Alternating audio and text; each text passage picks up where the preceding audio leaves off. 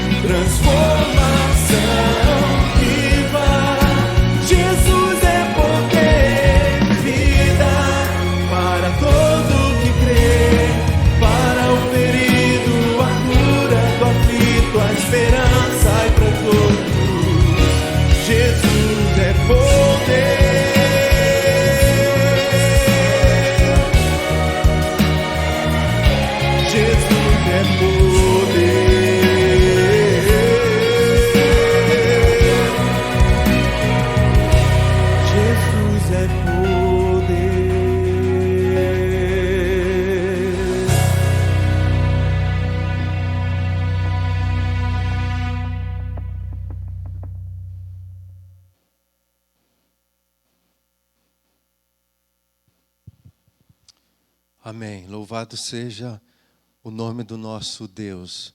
Viva o poder de transformar. Este, portanto, é o tema da campanha de missões mundiais 2021. Lembrando que é um privilégio em que todas as igrejas batistas aqui no nosso amado Brasil, elas se unem para não somente orarem, intercederem pelos missionários, pelos projetos, mas também fazerem a divulgação de parte do que tem ocorrido no campo missionário no mundo por meio do esforço dos batistas.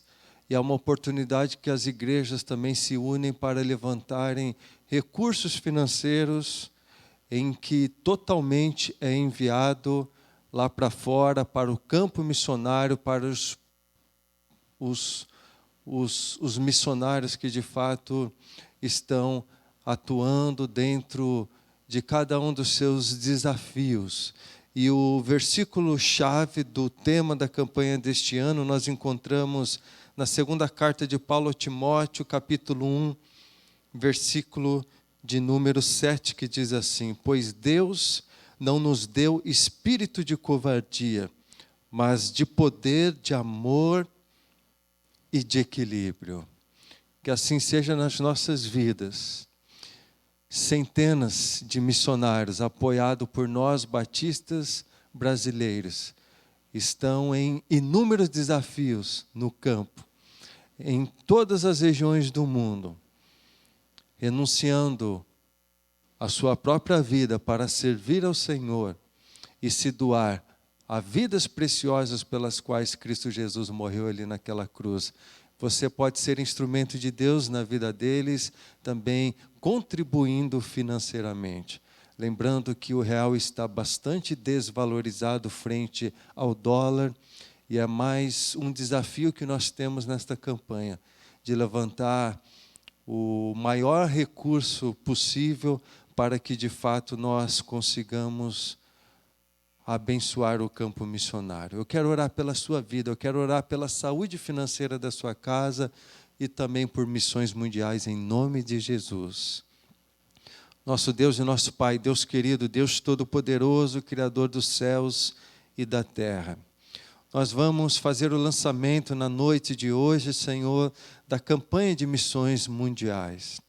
Vamos falar aqui de alguns projetos, ó Deus, mas acima de tudo, Pai, nós queremos como Igreja Batista Esperança continuar contribuindo, continuar cooperando, continuar investindo, Senhor, para a propagação do Teu Evangelho, das boas novas, para que assim como nós fomos alcançados pelo amor, pela graça, pela salvação de Cristo Jesus, vidas que estão perdidas, ó Deus, que estão longe do Seu amor e da Sua graça, Pai, em todo este mundo, possam também ser abençoados e alcançados pelo Senhor por meio de missões em que os batistas, ó Deus, estão unindo esforços, ó Deus, para que de fato os missionários que estão no campo sejam abençoados, sejam confortados, ajudados por nós, ó Deus, para que Cristo Jesus seja cada vez mais uma verdade nos corações que estão longe do amor de Deus, que estão vivendo somente para si mesmos, ó Pai. Por isso, encoraja todos os missionários, ó Deus, os conforte, derrama de Tua graça. Sabemos, ó Deus, que em muitos casos, ó Deus, os desafios são imensuráveis, ó Deus. Mas o Senhor é o sustentador da Tua igreja, o Senhor é o sustentador do Teu povo, e nós temos plena convicção de que o Senhor continuará fortalecendo e derramando do Teu amor e do Teu poder sobre a vida desses missionários. Nos abençoa, Pai, como Igreja Batista Esperança e como Igreja Batista Brasileira, para que possamos estar envolvidos e comprometidos com esta campanha, para que de fato, Senhor, possamos arrecadar um bom valor para enviar ao campo missionário, reconhecendo, Pai, que somos muito gratos, porque o amor de Cristo Jesus nos alcançou. E nós queremos expressar essa gratidão também, sendo um instrumento Teu, Pai, em vidas que estão perdidas neste mundo, para que possam conhecer o amor que nós conhecemos hoje, o amor de Cristo Jesus. Em nome de Jesus, amém. Amém, queridos. Glórias ao nome do nosso Deus.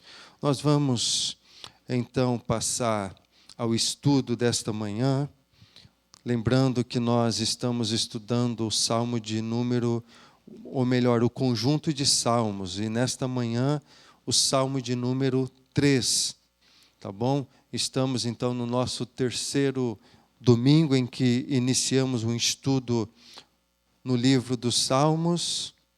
Fizemos a aula introdutória no Salmo 1, no domingo passado o Salmo de número 2. Hoje, portanto, nós vamos dar sequência aqui ao Salmo de número 3. Lembrando que essas aulas de escola bíblica, elas não são transmitidas diferentemente do que acontecia no ano passado, porque foi um pedido que alguns irmãos aqui fizeram para que nós pudéssemos ter uma dinâmica melhor, abrir para perguntas, para questionamentos, mas devido às novas restrições, nós voltamos aqui à transmissão, uma vez que os nossos irmãos estão impedidos de participarem presencialmente da escola bíblica dominical, pelo menos pelos próximos dias. Diz assim, queridos, o Salmo de número 3, nós vamos fazer a leitura dele a partir do versículo 1. Senhor, muitos são os meus adversários. Muitos se rebelam contra mim. São muitos os que dizem a meu respeito, Deus nunca o salvará. Mas tu, Senhor, és o escudo que me protege, és a minha glória, e me fazes andar de cabeça erguida. Ao Senhor clamo em alta voz, e do seu santo monte ele me responde. Eu me deito e durmo, e torno a acordar, porque é o Senhor que me sustém. Não me assustam os milhares que me cercam. Levanta-te, Senhor, salva-me, ó Deus. Quebra o queixo de todos os meus inimigos. Arrebenta os dentes dos ímpios. Do Senhor vem o livramento. A tua bênção está sobre o teu povo. Queridos irmãos, este é um dos 14 salmos que nós podemos encontrar na palavra de Deus, em que nós conhecemos exatamente o cenário ou o contexto histórico. Inclusive, todos esses 14 estão relacionados à vida do rei Davi. Inclusive, portanto, o salmo que é objeto do nosso estudo aqui nesta manhã, o Salmo de número 3. Além do Salmo 3, o Salmo 7, 18, 30, 34, 51, 52, 54, 56, 57, 59, 60, 63 e 142. Portanto, são esses os 14 salmos em que conhecemos o contexto histórico que são atribuídos ao rei Davi. Queridos, ele descreve um dos relatos ou um dos momentos mais dramáticos da vida do rei Davi. Quando ele fugia de Jerusalém, de certa forma ele estava abandonando o seu trono por causa da ameaça e da perseguição que ele estava recebendo. E por parte de quem que era esta perseguição? Pasmem, querida igreja, amados irmãos e irmãs. O rei Davi estava sofrendo ameaça e perseguição por parte de um dos seus próprios filhos. Isso mesmo, o seu filho Absalão. Absalão encheu o seu coração de revolta, de mágoa, de ódio, de ira, por causa de tamanha negligência do pai diante de uma violência brutal que aconteceu dentro da própria casa do rei Davi. Nós encontramos esse relato no segundo livro de Samuel, a partir do capítulo de número 13, quando nós vamos perceber que essa tragédia tão terrível aconteceu na casa do rei Davi.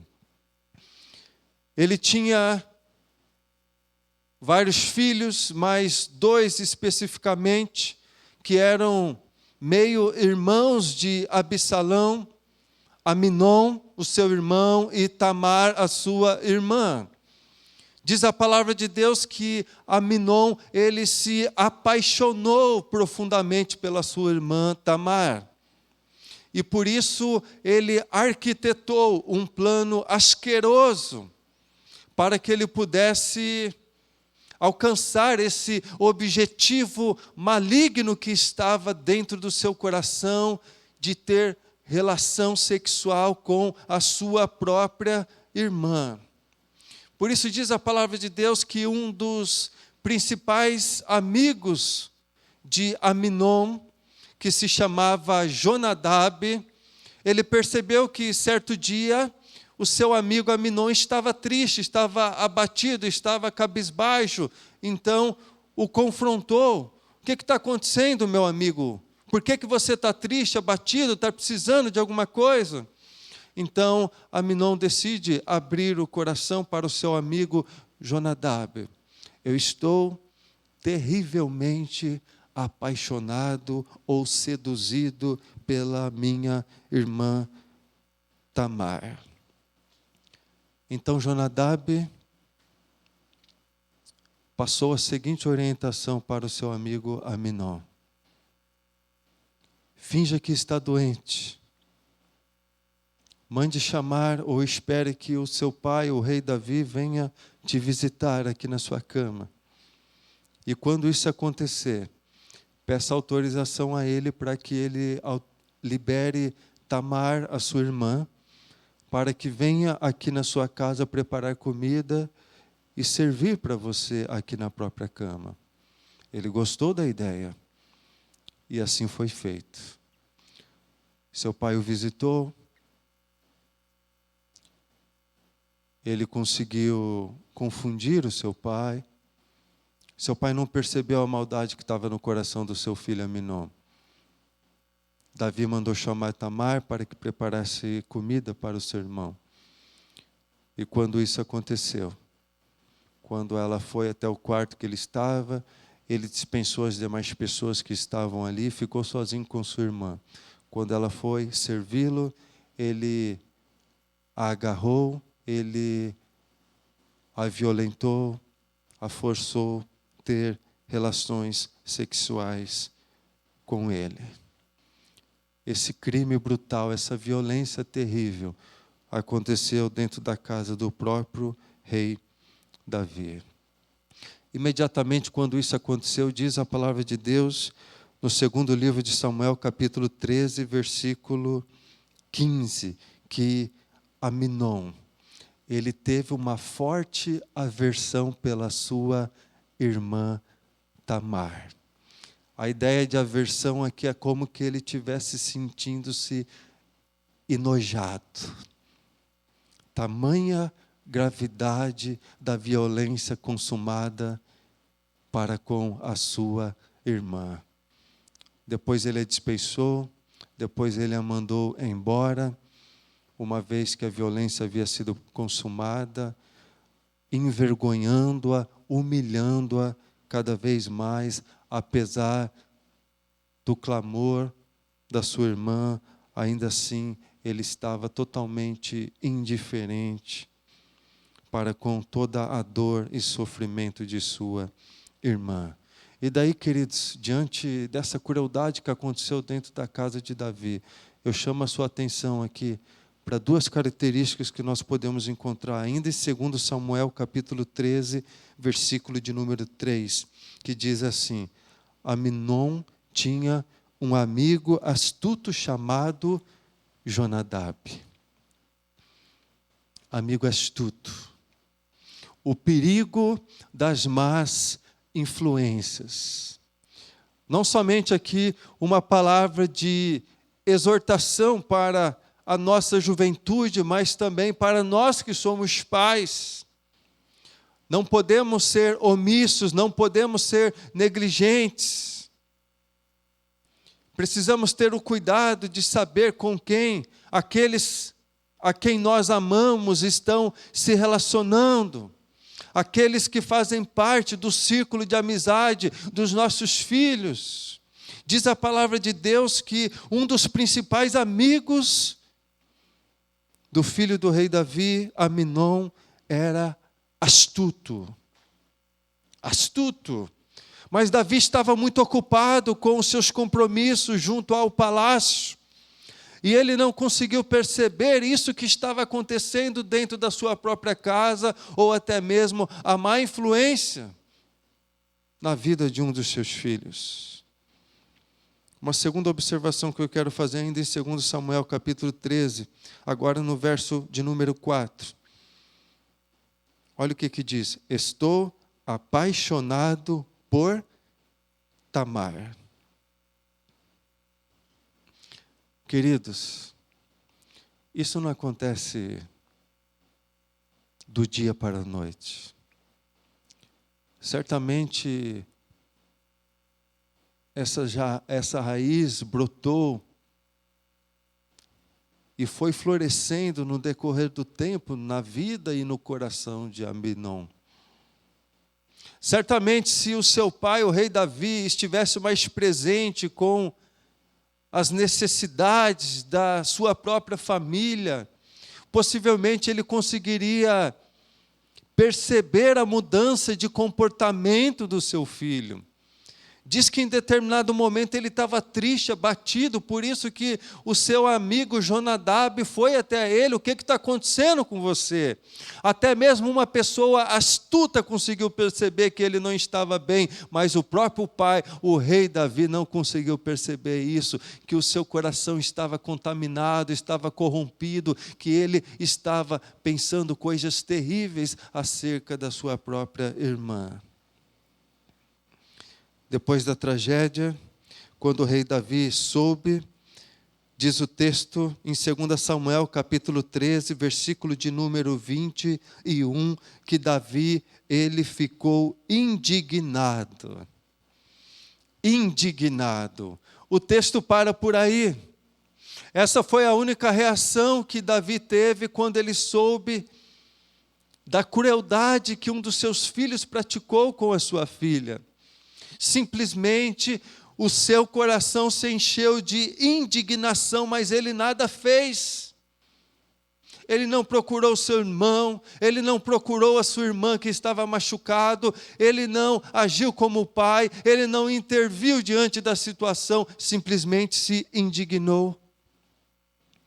Enquanto isso, o coração de Absalão, mais um dos filhos do rei Davi, que estava testemunhando toda essa maldade, ficou sabendo do acontecido. Ele sabe que a sua irmã está machucada, que a sua irmã está partida por dentro por causa da violência que sofreu por Aminon. E o pai não está fazendo nada, ele está indiferente. Ele simplesmente ficou indignado, mas essa indignação não gerou nenhuma ação por parte do pai. Então, Absalão, com ódio no coração, já que papai não quer fazer nada, deixa comigo que eu vou resolver o problema aqui da minha irmã. Resultado, ele matou o seu meio-irmão Aminon. Ele vingou a violência que a sua irmã havia sofrido, porque o papai e o rei Davi não havia feito nada. O que está acontecendo aqui, queridos irmãos e irmãs, já havia sido anunciado por Deus, por meio da boca do profeta Natã, conforme nós podemos encontrar em 2 Samuel capítulo 12, versículo de número 10, que diz assim: por isso a espada nunca se afastará de sua família, pois você me desprezou e tomou a mulher de Urias, o hitita, para ser a sua mulher. Queridos, todo esse problema na casa de Davi começou com ele mesmo. Quando ele adulterou com Betseba, e não somente adulterou, mas ele colocou o marido de Betseba na frente da batalha para que ele pudesse ser morto pelo exército inimigo. E tempo depois, então, ele casou com Betseba, a quem havia cometido adultério. Por isso Deus levanta o profeta Natã para repreender Davi e diz claramente que a espada nunca se afastaria da sua família. É por isso que essas maldades, é por isso que essas violências estavam acontecendo na vida e na casa do rei Davi. Ele estava colhendo, infelizmente, aquilo que ele semeou. Então, após matar o seu irmão Absalão, diz a palavra de Deus que ele vai fugir para Gerur. E ele vai permanecer ali pelo período de 3 anos. E daí, 2 Samuel, capítulo 13, versículo 39, diz assim durante esse período de 3 anos: a ira do rei contra Absalão cessou, pois ele se sentia consolado da morte de Aminon. Portanto, o papai continua indiferente, ele continua ausente, ele continua sendo negligente diante de todos os problemas que estão acontecendo na sua família. Absalão vingou a sua irmã Tamar. Uma outra tragédia aconteceu na casa do rei Davi. Depois, Absalão foge para Gerur e ele fica ali pelo período de 3 anos. Ainda assim, diz a palavra de Deus que Davi nada fez, ele simplesmente foi consolado durante esse período pela morte de Aminon.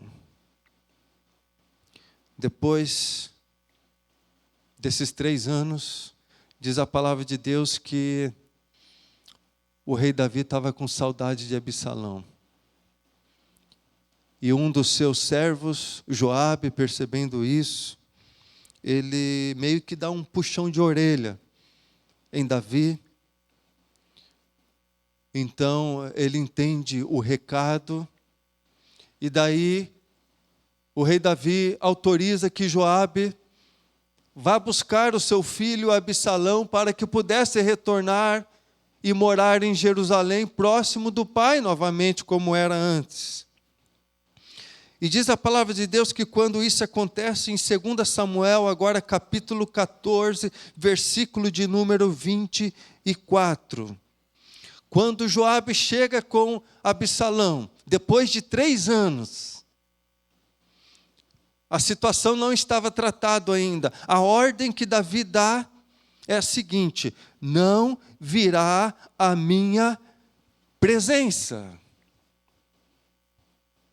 Davi simplesmente autorizou que Absalão retornasse para Jerusalém, mas ele deveria ficar ali na sua casa, não na casa do rei Davi, e sequer deveria ser admitido à presença do rei Davi. E diz a palavra de Deus que em Jerusalém, Absalão ele tem 3 filhos, homens, e uma filha, mulher. E sabe qual é o nome que Absalão colocou na sua filha, mulher? Tamar. O nome da sua irmã, a qual ele havia vingado. Por causa de tamanha violência que ela sofreu, por causa do seu meio-irmão, Aminon. E diz a palavra de Deus que Absalão, ele tem filhos quando ele, portanto, retorna a Jerusalém, e passa mais 2 anos, e ele continua sem acesso ao rei, que também era o seu pai. 3 anos de ausência em Gerur, mais 2 anos em Jerusalém, 5 anos sem poder ter contato com o seu pai. Então ele pede por 2 vezes a Joabe para que possa ajudá-lo a reencontrar o seu pai. Ele quer conversar com o seu pai. Ele quer que o seu pai seja presente, ele quer que o seu pai, de fato, exerça o papel de pai. Porque até então a relação que ele tinha era de um vassalo para com o rei e não de um filho para com um pai. E Absalão, ele precisa de um pai, ele não precisa de um rei. E por 2 vezes ele vai tentar ajuda então a Joabe para que ele possa facilitar o seu acesso até o seu pai. Ele não consegue. E diz a palavra de Deus, então, que como resultado da negação ou da negativa de Joabe, Absalão mandou atear fogo na propriedade de cevada de Joabe. Pegou alguns dos seus servos ali, pode atear fogo ali na propriedade, no campo de cevada de Joabe, que eu vou mandar um recado muito claro para ele. Eu quero me encontrar com o meu pai. Eu quero falar com o meu pai. Somente depois disso, Joabe, ele vai até o rei Davi e diz o que aconteceu. Olha, o teu filho mandou incendiar o meu campo lá. Ele está desesperadamente. Ele está tentando há 5 anos encontrar, falar com você e não está conseguindo. Então diz o texto que o rei Davi autoriza, depois de tudo isso, que o seu filho Absalão vá até o palácio reencontrá-lo.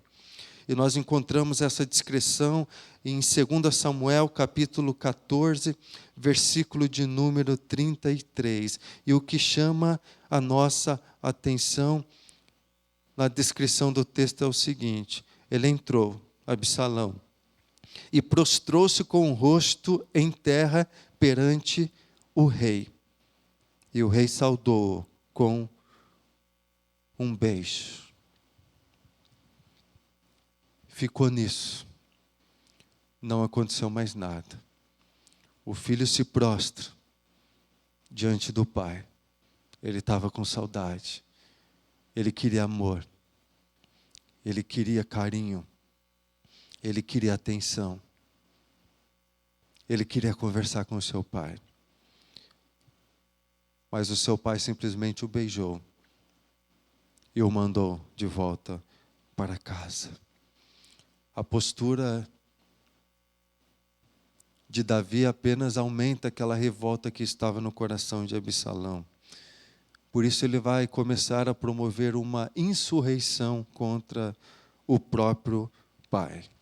Ele pega uma turminha ali, diz a palavra de Deus, que estava descontente, que estava com o coração amargo, que estava com o coração azedo, que levava alguma causa até o rei. Gente que se dirigia a Jerusalém para apresentar alguma necessidade, mas de alguma forma não era atendida. Então, Absalão, percebendo que muita gente estava procurando ao rei Davi para algum tipo de ajuda, então, quando essas pessoas saíam do palácio sem ajuda, sem assistência, ele, então, procurava cada uma dessas pessoas.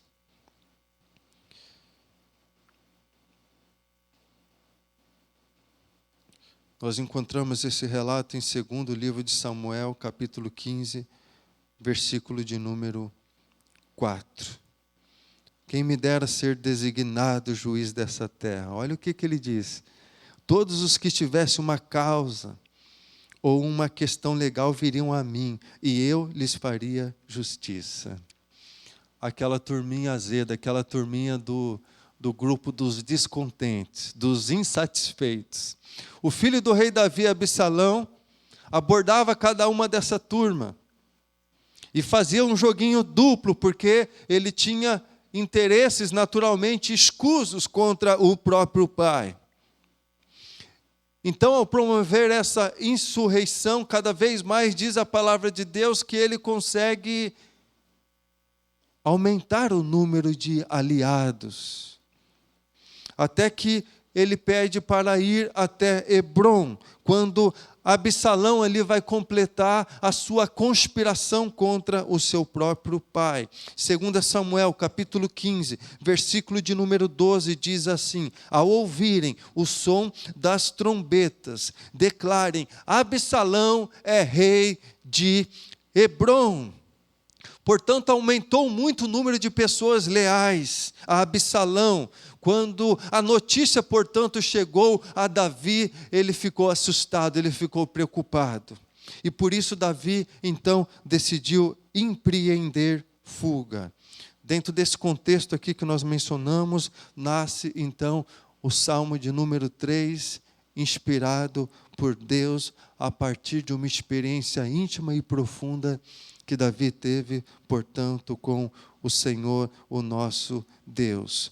E, portanto, focando agora diretamente aqui no Salmo de número 3, eu quero aqui destacar algumas questões importantes. Primeiro, que nós podemos ver, tanto no versículo 1, quanto no versículo de número 6, que nós lemos, do Salmo de número 3, acerca do aumento da deslealdade para com o rei Davi.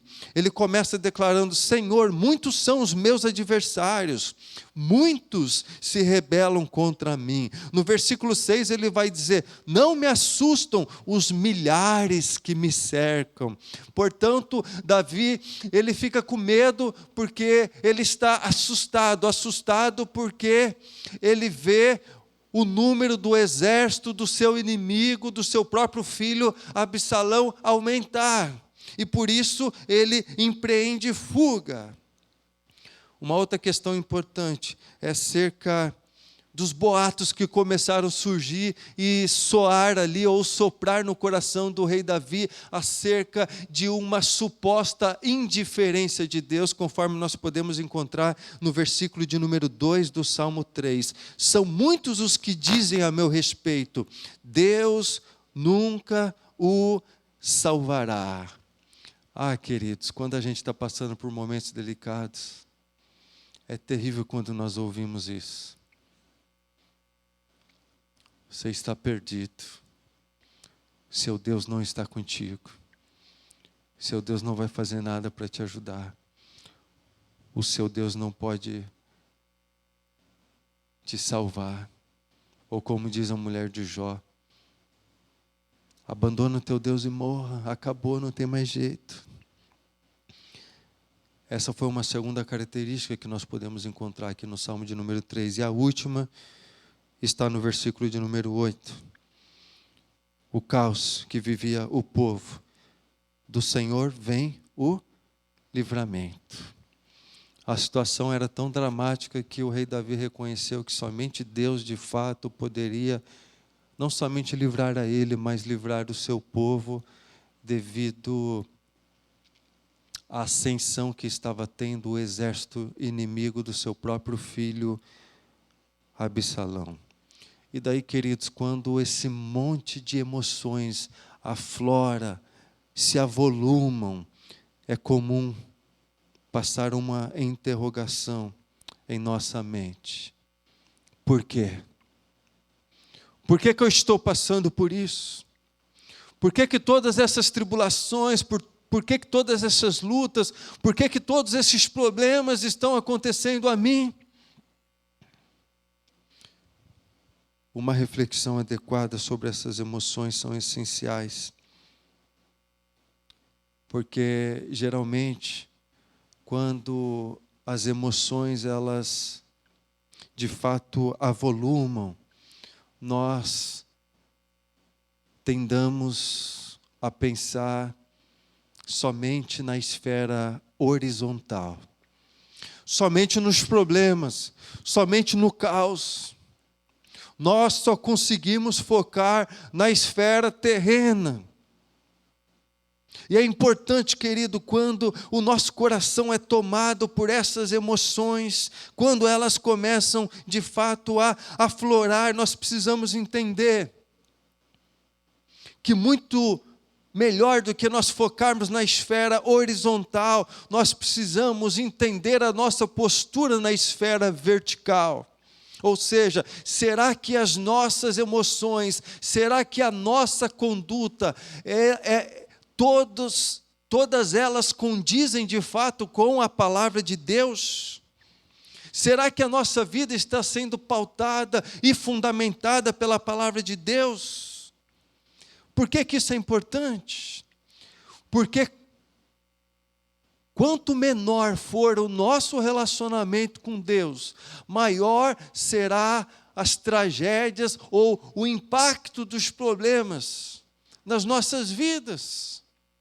Quanto pior for o nosso relacionamento com Deus, portanto, na esfera vertical, pior será as emoções que nós teremos que lidar na esfera vertical, os nossos problemas, porque nós não vamos saber lidar com elas, uma vez que Deus não é o fundamento das nossas vidas.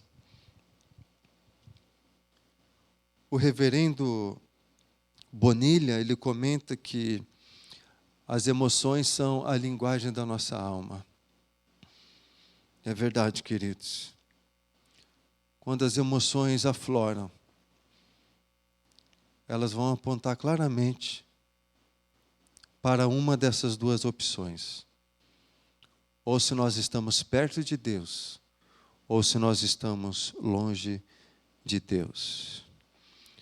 E as emoções aqui, portanto, se avolumam porque o salmista, ele está se considerando como parte da minoria. É interessante os versículos número 1 e número 2 que nós já lemos. Nesses dois versos ele vai repetir ou mencionar por 3 vezes a palavra muitos. Muitos são os meus adversários, muitos se rebelam contra mim, muitos os que dizem a meu respeito, Deus nunca os salvará. Ele não está narrando aqui algo que aconteceu no seu passado. Ele está narrando uma rebelião ou uma oposição que está em plena atividade.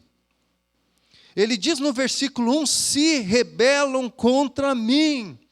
Aquilo estava acontecendo naquele exato momento. Portanto, Davi vê os inimigos crescendo. E não somente ele, mas o seu exército se enfraquecendo, diminuindo. Isso é terrível quando isso acontece, queridos. É natural que as emoções, de fato, elas se avolumam quando isso acontece nas nossas vidas. Devido às tensões, devido à nossa sensação de impotência, de fragilidade, devido àquela sensação, muitas vezes, de que não é possível. Nós já perdemos, ou já fomos derrotados, porque os nossos inimigos são grandes e estão crescendo ainda mais, eles são poderosos e nós estamos nos enfraquecendo. Essa era a sensação de Davi. E é interessante que ele era o alvo principal. Quando alguém se revolta contra o nosso Deus, isso machuca muito o nosso coração. Isso provoca muita tristeza em nós. Mas quando alguém se revolta contra nós diretamente, é muito mais difícil. Deus, ele é soberano. Deus, ele não precisa de defesa. Ele é autossuficiente em si mesmo. Mas nós somos vulneráveis. Somos frágeis. E diante dessas situações nós percebemos o quão fracos de fato nós somos.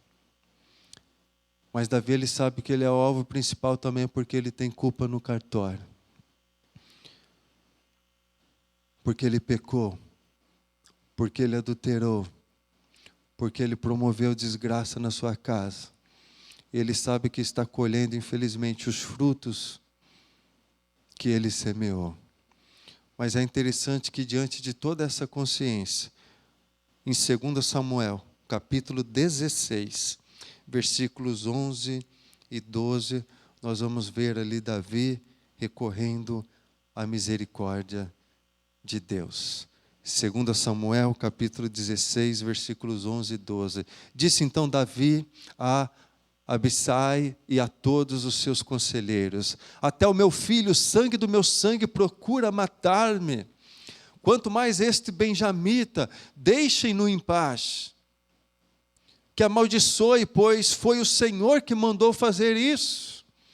Talvez o Senhor considere a minha aflição e me retribua com um bem a maldição que hoje recebo. Portanto, Davi, ele está consciente de que ele está colhendo frutos dos seus pecados. Ele está colhendo frutos de um coração corrompido, contaminado pelo pecado. Ele está colhendo os frutos de alguém que escolheu um caminho tortuoso, um caminho diferente à vontade e aos princípios de Deus para a sua vida. Mas ainda assim, ele recorre ao Deus que é cheio de misericórdia. Então, quando isso acontece, o que nós temos que fazer, queridos? Quando as emoções estão tomando conta da nossa vida e parece que está tudo turbulento, está tudo caótico, parece que nós estamos sem chão, qual deve ser a nossa postura? Nós precisamos recorrer à palavra de Deus e precisamos recorrer ao Deus da palavra. E é justamente o que Davi vai fazer a partir do versículo de número 3. Mas Tu, Senhor, és o escudo que me protege, és a minha glória e me fazes andar de cabeça erguida. Olha que interessante. As nossas emoções, por mais que estejam avolumadas ou afloradas, elas não podem fugir do controle. Elas precisam ter uma base. Elas precisam ter um fundamento. Assim nos ajudarão a entender, não somente quem nós somos, mas a entender também quem Deus é. E mais do que isso, entender o cenário atual que nós estamos enfrentando, para que de fato nós encontramos em Deus as respostas ideais para aquela pergunta: por que, Senhor? Por que que tudo isso está acontecendo comigo? Por que que o cenário é desagradável? Por que que eu estou tendo que lidar, Senhor, com frustrações, com perseguições, com ameaças, com tragédia sobre tragédia? Por que, Senhor? Por que que isso é importante, queridos? Eu trabalhei isso aqui na nossa aula introdutória. A emoção pela emoção é simplesmente como um saco vazio. Muitas pessoas procuram igrejas hoje em busca de emoções, quando na verdade não são atraídos pela palavra e pelo Senhor da palavra. Querem sentir algo diferente, querem simplesmente ter alguma coisa que possa alimentar as suas emoções.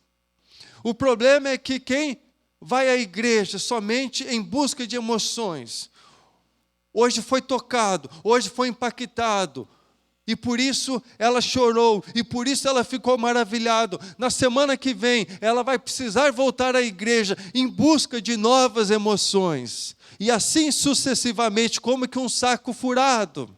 Será um vazio insaciável. Porque o único que tem o poder para preencher todos os vazios da nossa alma é Cristo Jesus, o Filho de Deus, o Messias, o prometido. Olha a resposta de Davi para a pergunta: quem é Deus? É linda, versículo 3, do Salmo 3. Mas tu, Senhor, és o escudo que me protege, és a minha glória e me fazes andar de cabeça erguida. Ele faz isso como uma forma de adoração. Eu falei aqui na aula introdutória no Salmo 1 que o propósito dos Salmos é justamente nos conduzir à adoração. Por isso que os Salmos eles eram cantados. Porque quando nós cantamos, nós guardamos mais no nosso coração. Existem verdades profundas contidas nos Salmos a partir de experiências que homens tiveram com Deus, nos mais adversos momentos de suas vidas.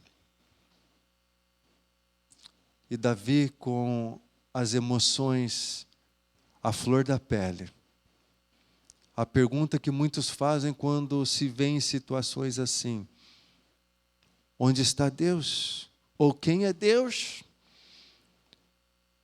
ele está prestando um culto ao Senhor, ele está adorando, ele está louvando o nome do Senhor ao responder: Tu, Senhor, és o escudo que me protege, és a minha glória e me fazes andar de cabeça erguida. Perceba que na resposta de Davi aqui há um sentimento progressivo. Fruto da ação de Deus na sua vida. Porque até então ele estava abalado, ele estava abatido, ele estava amedrontado, ele está fugindo, porque ele está sendo perseguido, repito, pelo seu próprio filho Absalão. Ele está empreendendo fuga ao mesmo tempo, clamando pelo socorro de Deus na sua vida. E ao mesmo tempo que ele está clamando, desesperado, ele vê o exército inimigo se avolumar, ficar mais forte, ficar mais poderoso, e ele e o seu povo se enfraquecer.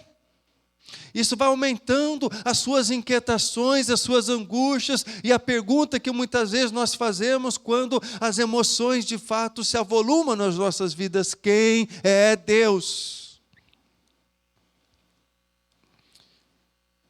Mas ele começa a se sentir seguro no versículo 3. Ele diz que Deus é o escudo. Não é qualquer escudo que a gente pode olhar de longe, ou que a gente pode apreciar. Não é um escudo que fica guardado no armário. É um escudo que de fato está à nossa disposição e que nós temos o privilégio e a honra de experimentá-lo. Por isso ele vai dizer: Deus é o meu escudo que me protege. Ele começa a se sentir seguro. O exército inimigo está ficando mais forte, mais poderoso. Agora Davi começa a ficar seguro. Ele começa a sentir-se protegido. Por quê? Porque o seu exército está forte e poderoso? Não. Porque ele sabe que existe um Deus no qual ele pode confiar. Ele vai continuar. E depois Deus vai enchendo ele ainda mais de confiança, quando ele vai declarar: me fazes andar de cabeça erguida. Perceba que, na medida que a ação de Deus acontece na vida do rei Davi, ele vai sendo fortalecido e de forma progressiva. Primeiro ele se sente protegido, e depois de sentir-se protegido, ele está cheio de ânimo, ele está cheio de coragem, ele está cheio de ousadia. Ele diz: o Deus que está me protegendo, que está tomando conta da minha vida, Ele me faz andar de cabeça erguida. Em outras palavras, eu sei que Deus está comigo. Eu sei que Deus é quem luta por mim. Por isso, no versículo 3, quando ele diz sobre a minha glória, é uma declaração de alguém que de fato está maravilhado com a glória de Deus. É alguém que de fato está bebendo desta fonte maravilhosa que está à disposição de cada um de nós, porque na glória de Deus estão todos os atributos de Deus, na glória de Deus está tudo aquilo que Ele é de fato na sua essência. Como diz o Salmo 34, versículo de número 5, que diz assim, Salmo 34, versículo de número 5, os que olham para Ele estão radiantes de alegria, o seu rosto jamais mostrará decepção. Se você pegar o contexto desse salmo aqui, é de muita tribulação também, é de muita luta. De repente, quando ele se vê diante da glória de Deus, ele declara: os seus olhos estão como que radiantes de alegria. O meu rosto jamais verá decepção, porque eu sei que Deus, o meu Deus, Ele está comigo. Portanto, é dessa glória que Davi está falando aqui no versículo de número 3. Ele está bebendo dessa fonte. E por isso agora ele pode andar de cabeça erguida. Porque ele sabe que não é com a força, com o poder do homem. É com o poder, com a misericórdia, com a graça de Deus. Ele experimentou, portanto, a glória de Deus. E por isso o versículo de número 4 vai dizer que ele clamou em alta voz ao Senhor. Ao Senhor clamo em alta voz, e do seu santo monte Ele me responde. Ele sentiu-se protegido por Deus, agora ele está andando de cabeça erguida, e por isso ele vai sendo encorajado, fortalecido por Deus, e agora ele clama em alta voz, ele grita, ele declara: Senhor, Senhor da minha vida.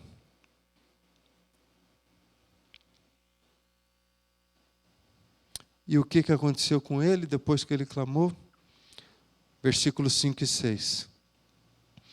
Eu me deito e durmo, e torno a acordar, porque é o Senhor que me sustém. Não me assustam os milhares que me cercam. Até parece uma pessoa totalmente diferente, parece que aqui é um outro personagem. Queridos, Davi estava com medo, ele estava fugindo. Ele vê o seu povo mais fraco, o exército inimigo mais forte. Mas agora Deus o visita. Ele clama ao Senhor. Ele sente de fato a presença e a glória de Deus sobre a sua vida. Ele é transformado. Por isso eu quero dizer para você, queridos, permita que Deus molde as suas emoções. Deixa Deus trabalhar naquilo que está contaminando a sua vida, contaminando o seu coração. Se você está enfrentando uma luta intensa e essas emoções estão se avolumando, permita que Deus fundamente as suas emoções. Permita que Deus lhe controle, permita que Deus lhe ajude, permita que Deus de fato seja o centro e o Senhor das suas emoções.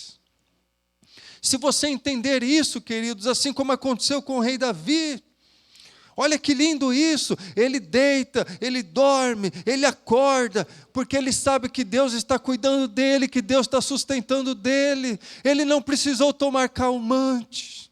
Ele não estava sofrendo aqui de insônia, ele não estava tendo pesadelos, ele não estava mais preocupado com os seus adversários ou com os seus inimigos, porque ele foi fortalecido por Deus, porque ele estava experimentando a glória de Deus, ele estava se sentindo protegido por Deus, e por isso ele clamou, e Deus acalmou o seu coração. Que coisa maravilhosa. Quero dizer para você em nome de Jesus, talvez você esteja com dificuldade de controlar suas emoções, porque talvez você só esteja focando na horizontal, só nos seus problemas, e por isso muitas das emoções talvez estejam saindo do controle. Foque na vertical, deixa Deus fundamentar as suas emoções, deixa Deus tomar conta da sua vida. Ele vai te dar a cura que remédio algum dá, e a força que terapia alguma dá.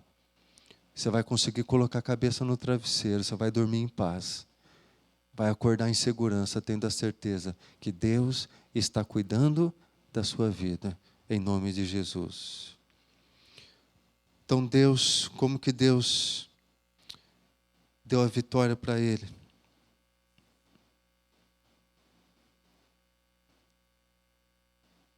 Ou melhor, Deus ainda não deu a vitória para Davi. Olha que interessante o versículo 6 que nós lemos. Não me assustam os milhares que me cercam. Ele não tem mais medo. Às vezes parece que ele está contando algo de uma vitória que ele recebeu. Não. Os inimigos ainda estão cercando. Os inimigos estão mais fortes. Os inimigos estão preparando ciladas. Eles estão prestes a atacá-lo. Mas agora ele declara, eles não me assustam mais. Embora eles estão me cercando, eles não me amedrontam mais, porque eu tenho convicção que o meu Deus está comigo.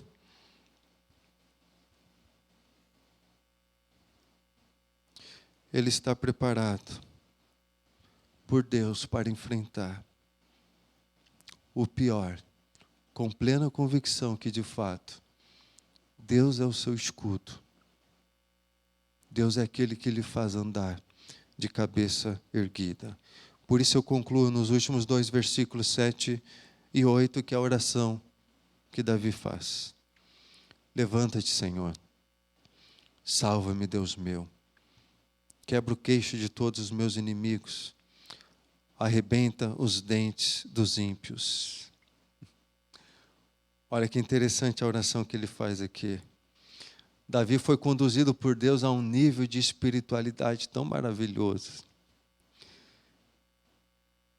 Ele começa vendo os seus adversários se avolumando e juntamente com os seus adversários as suas emoções se aflorando.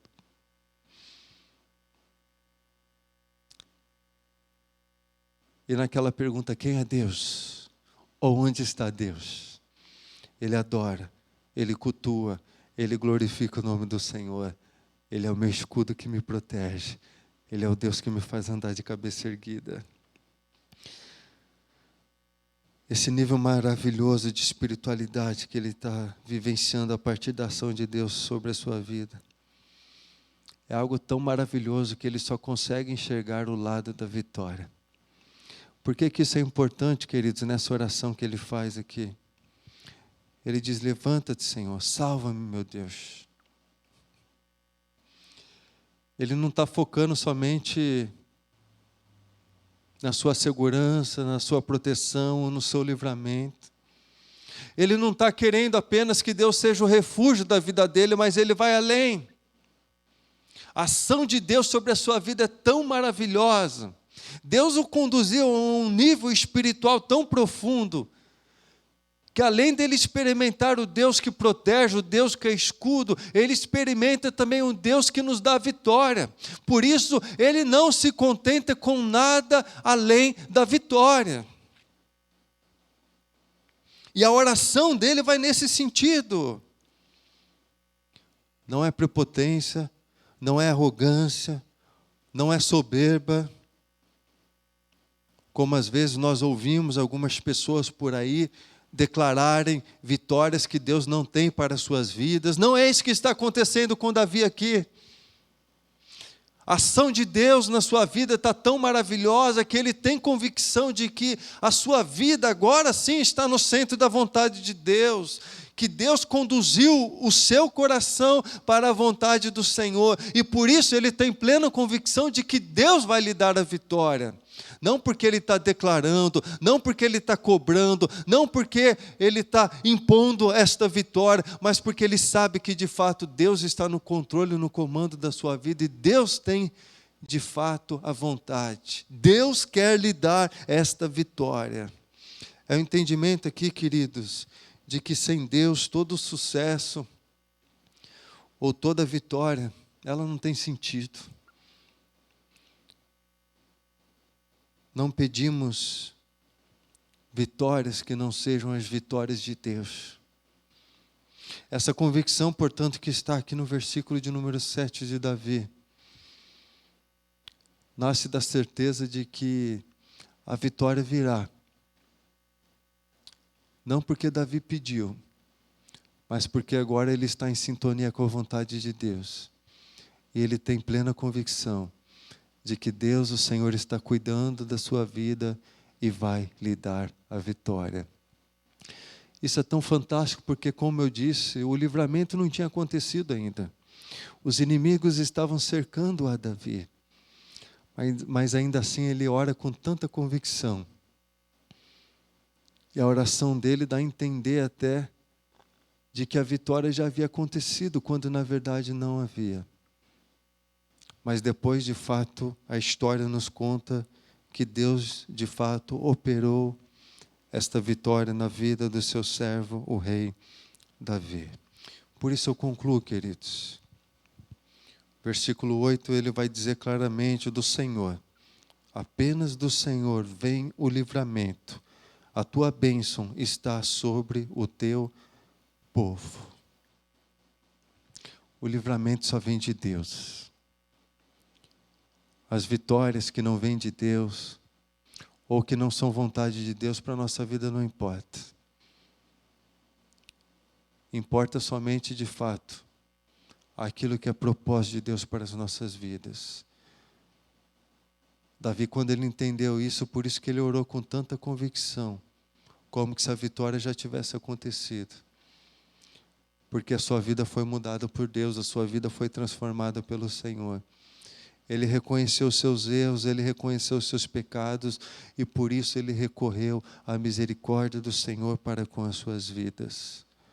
Por isso as emoções de Davi não possibilitaram que ele se afastasse de Deus. Elas foram tratadas adequadamente por Deus, num ato de culto.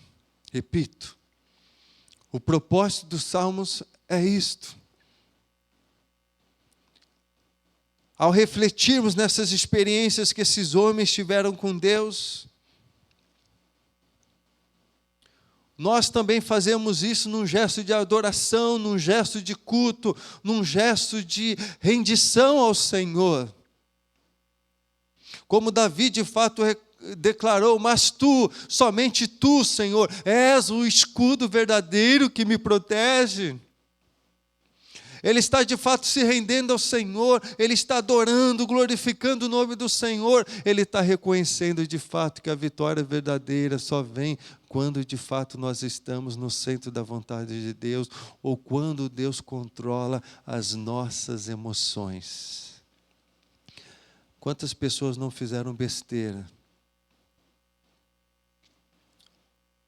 Porque diante dos problemas da vida, as emoções tomaram conta no coração e só focaram no horizontal. Tomaram decisões precipitadas, equivocadas, machucaram pessoas, destruíram relacionamentos, destruíram amizades, destruíram casamentos, destruíram famílias, porque não conseguiram conviver com as emoções que se avolumaram. E por meio dessa experiência aqui do rei Davi, nós aprendemos que Deus, ele precisa controlar as nossas emoções. Ele precisa ser o centro das nossas emoções. Nós não podemos estar aí como que um barco à deriva. Precisamos recorrer a Deus e a sua palavra. Lá nós encontramos a resposta para todas as inquietações do nosso coração, ou para aquela pergunta que nós fizemos antes: quem é Deus?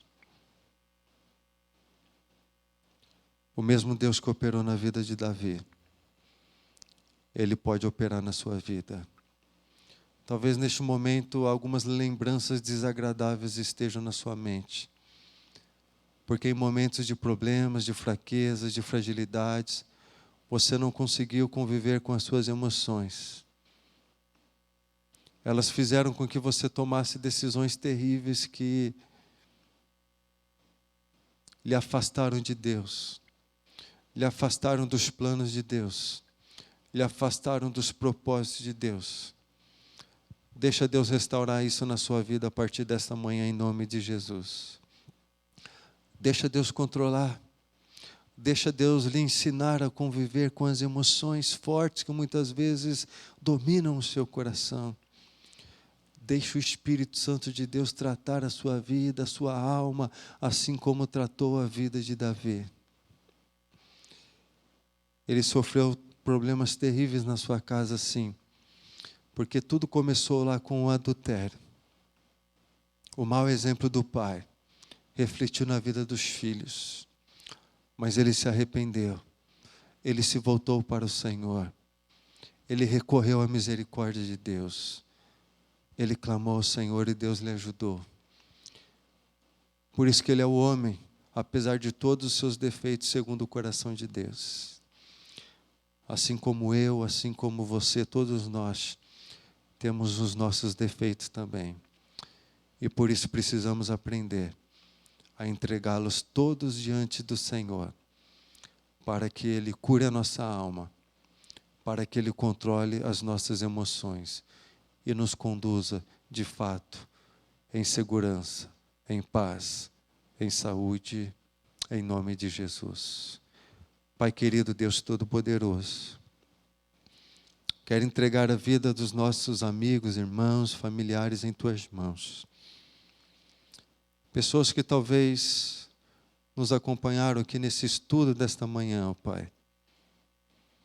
E talvez o Teu Espírito Santo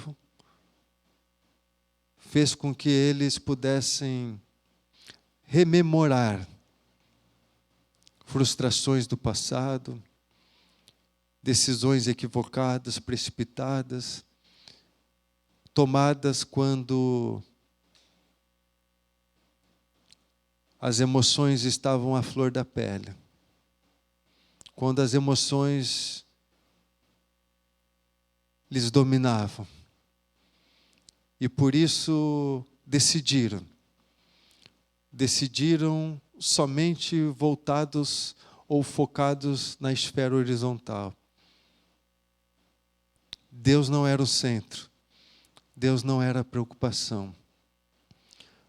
As nossas emoções, ó Pai, elas revelam de fato quem é Deus nas nossas vidas, ou onde Deus está nas nossas vidas. Se Deus de fato, por meio do seu Espírito Santo, está nos dominando, está nos controlando, se a palavra de Deus de fato é verdade absoluta sobre as nossas vidas, as nossas emoções de fato serão controladas e guiadas, conduzidas pelo Senhor. Agora, se Deus não for o centro, nós continuaremos fazendo besteira. Nós continuaremos trazendo tragédia para nossa casa, continuaremos machucando pessoas, continuaremos destruindo relacionamentos, porque agiremos segundo a carne e não segundo o Espírito. Por isso que nesta manhã, Pai, em nome de Jesus, que o Teu Espírito Santo nos encha do Teu perdão, da Tua sabedoria, do Teu discernimento, e que, de fato, possamos ter as nossas emoções controladas e conduzidas pelo Teu Santo Espírito, ó Pai, para que, de fato, possamos experimentar o que Davi experimentou. Dormir em paz, acordar tranquilos, sem pesadelos, sem insônia, sem ter que tomar remédio para dormir. Mesmo que os inimigos estejam nos cercando, como era o caso de Davi. Mas agora nós temos a convicção de que estamos com Deus. Que Deus está no controle das nossas emoções, do nosso coração, da nossa vida. E por isso, como escolhemos estar com Deus, Deus também está conosco. Por isso não precisamos ter medo algum, mesmo que os inimigos nos cerquem. Porque de fato, Deus é o Deus da nossa salvação. É o Deus da nossa vida. E nós cremos nisso, Pai. E nós queremos experimentar isso. Em nome do Seu Filho amado Jesus. Dai-nos um restante de dia e de domingo abençoado. Um almoço maravilhoso em família. E que à noite nós possamos nos organizar em casa novamente. Para nos rendermos ao Senhor. Para prestarmos culto. Adoração ao Senhor para a glória e o louvor do Teu nome. Amém e amém.